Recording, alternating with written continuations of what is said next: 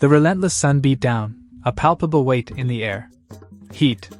Unyielding heat shimmered above the cracked earth near the shimmering expanse of Lake Eyasi, nestled in the vast, dry, and wide-open northern reaches of Tanzania. It was a land of stark beauty and demanding rhythms, a landscape that had shaped generations. For thousands of years, the Hadza people, one of the last true hunter-gatherer communities still thriving in East Africa, have called this ancient land home. Their existence is an intimate dance with nature. They cultivate no fields, raise no livestock. Every meal, every morsel of sustenance, flows directly from the generous, yet challenging, embrace of the wild. The hunt is a daily ritual, a necessity that threads through their very being. As the first rays of dawn pierce the horizon, the men divide into small, fluid groups.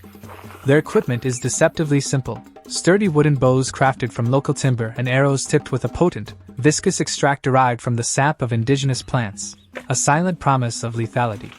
With minimal fuss they rise, their movements economical and ingrained. No elaborate meetings, no complicated battle plans are needed. Their strategy is etched into their collective consciousness, refined over countless generations. They simply read the wind's whisper, observe the subtle language of the earth, its every depression and disturbance holding a story. They interpret the ground as an ancient scholar might pore over sacred texts. The faintest hoof prints, still fresh worm droppings, a blade of grass newly bent and crushed, each is a sign, a breadcrumb trail leading them deeper into the wilderness. Their eyes are sharp, trained to discern the almost imperceptible. Some prey is unearthed from the cool darkness of the soil. Others are coaxed from their hidden burrows by the gentle, persistent persuasion of smoke. Still others fall with the astonishing precision of a single, well-aimed shot. In this existence, every small creature holds immense value. Here, the concept of too little simply does not exist. Every life taken serves a purpose, feeding the community. Hunting is not about trophies or displays of dominance. It is, quite simply, a solemn guarantee for dinner, a lifeline stretched across the vastness of the day. The Arver, a creature of twilight and shadow, emerges from its hidden den only when the night deepens, its powerful claws tirelessly digging for the subterranean bounty of termites and ants. Yet, even in the cloak of darkness, every movement leaves a telltale trace. A lone hunter kneels, pressing his palm into the earth. The soil is still loose, freshly disturbed. Without a word, the group spreads out, forming a wide, silent arc, maintaining just enough distance to remain unheard, unseen. In the faint, ambient light of the moon, a low shadow detaches itself from the thicket of bushes, a fleeting form against the backdrop of the night. The bowstring snaps, a sharp, clean sound that slices through the quiet. The first arrow finds its mark with unerring accuracy. The animal, despite its seemingly heavy build, bolts with surprising speed. But there is no panic among the hunters. They know the plant sap's potent venom will slowly, inexorably, begin its work. Within a short time, the Arver stumbles, then falls. It is quickly and securely bound, then carried back to camp, well before the first hint of light brushes the eastern horizon. And as dawn inevitably breaks, signaling the close of one hunt, the timeless cycle begins anew with another. A thin plume of smoke unfurls from a bundle of dry grass, meticulously lit.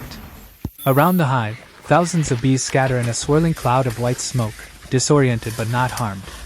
There are no protective suits here, no thick gloves. Only calm, practiced hands move with graceful confidence. The hive is carefully lowered, and a golden river of honey spills over their fingers. For a child in this community, honey is far more than a sweet treat. It is the most vital, energy-rich fuel for their day, a precious gift from the wild. As the men hunt, the women, too, are tirelessly at work, returning with armloads of wild tubers and an assortment of forest fruits. A large tuber, with its thick, fibrous skin, is placed directly onto the glowing embers of a fire, its surface blistering and charring. Once softened, the burnt skin is meticulously scraped clean, revealing the pristine, white, firm flesh within. This is then cut into manageable pieces and roasted over the open flames. The smaller game animals brought back by the hunters are carefully turned on wooden spits or buried beneath mounds of hot coals, cooking slowly to perfection. Nothing is wasted. Every part of the animal, every fibrous root, every sweet fruit, serves a purpose. When the communal meal is finally ready, everyone gathers, forming a loose circle on the ground. The meat, precious and vital, is divided with precise equity. The children, as always, receive their portions first, their expectant faces glowing in the firelight. Here, there is no vying for the best piece, no one hoards for themselves. In this world, the community truly matters more than the individual. To be human here means to rely entirely on honed skill, boundless patience, and an unwavering trust in one another to simply survive in a world that increasingly hinges on complex technology. They live by an inherent understanding of balance. They do not seek to conquer this land, to impose their will upon it. Instead, they learn, with every breath, how to truly belong to it.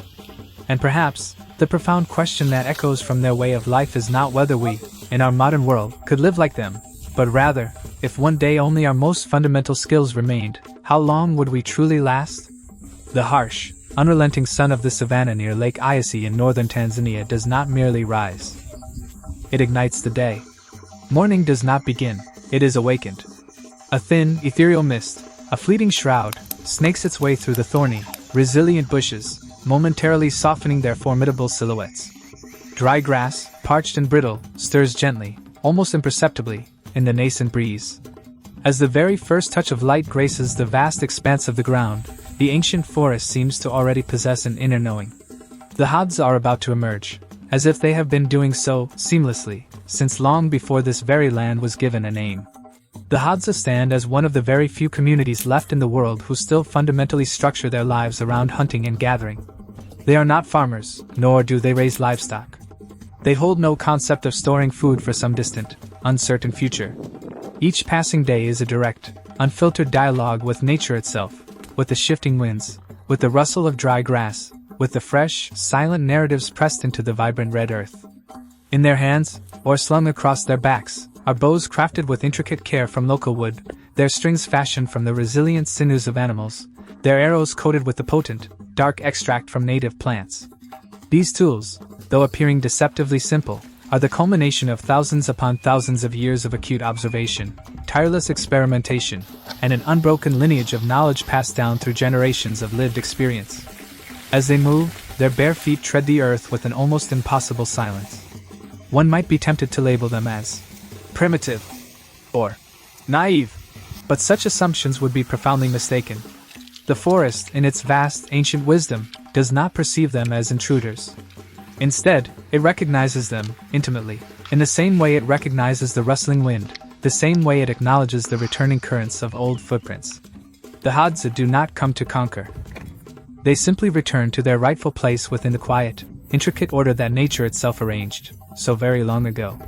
A fleeting scent, a subtle change in the air, a broken twig, a herd of impala passed through here not long ago. No words are necessary. No one issues orders, no one assumes command.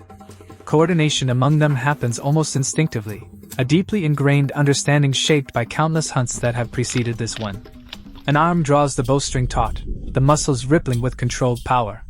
The arrow leaves the string with a sharp hiss, a whisper cutting through the still air, striking the animal's flank with a dull thud. The impala, wounded, runs only a short distance, its flight a desperate, final surge, before collapsing into the dry grass. For the Hadzabe, taking an animal's life is not a moment of triumph or achievement. It is a necessary act, a profound responsibility, performed to sustain their own lives and the lives of their community. The Hadzabe group continues its patient journey along the forest edge, their senses alert. Here, unexpectedly, they encounter a forest elephant, a rare and formidable presence. To the Hadzabe, the forest holds far more than just potential prey. Some lives, some beings, are simply not part of the day's choices, not part of the daily calculus of sustenance. When the colossal form of the elephant materializes along their hunting route, the Hadzabe calmly, without hesitation, choose another path. There is no confrontation, no challenge, only a deep awareness and a profound, respectful restraint. The pungent, primal smell of searing flesh mingles with the rising smoke, wafting and spreading through the hot, dry air of the savannah. It is the scent of survival itself, a smell that has clung to the story of humanity for tens of thousands of years, a profound and ancient aroma. They eat with their hands, gathered on the ground, their voices weaving a tapestry of conversation and laughter. There is no concept of a feast, or a holiday, in their lexicon. Yet, in that simple moment, gathered in a clearing by the warmth of the fire, the sense of community, of profound belonging, and of utter fullness is more vivid, more authentic, than any elaborate celebration in the modern world could ever hope to achieve. And perhaps what truly sets the Hadza apart is not merely that they live with so little in material terms, but that they have never forgotten one fundamental, enduring truth. Humans only truly exist, fully and authentically, when they remain deeply connected to each other, connected to the earth, when they share without reservation, and when they respect, with every fiber of their being, the intricate web of life that surrounds them. This is not a moral lesson, nor a grand social message. It is simply a quiet, profound moment of realization that in the wild, humans once did, and sometimes still can, live fully, completely, and deeply through the simplest of things.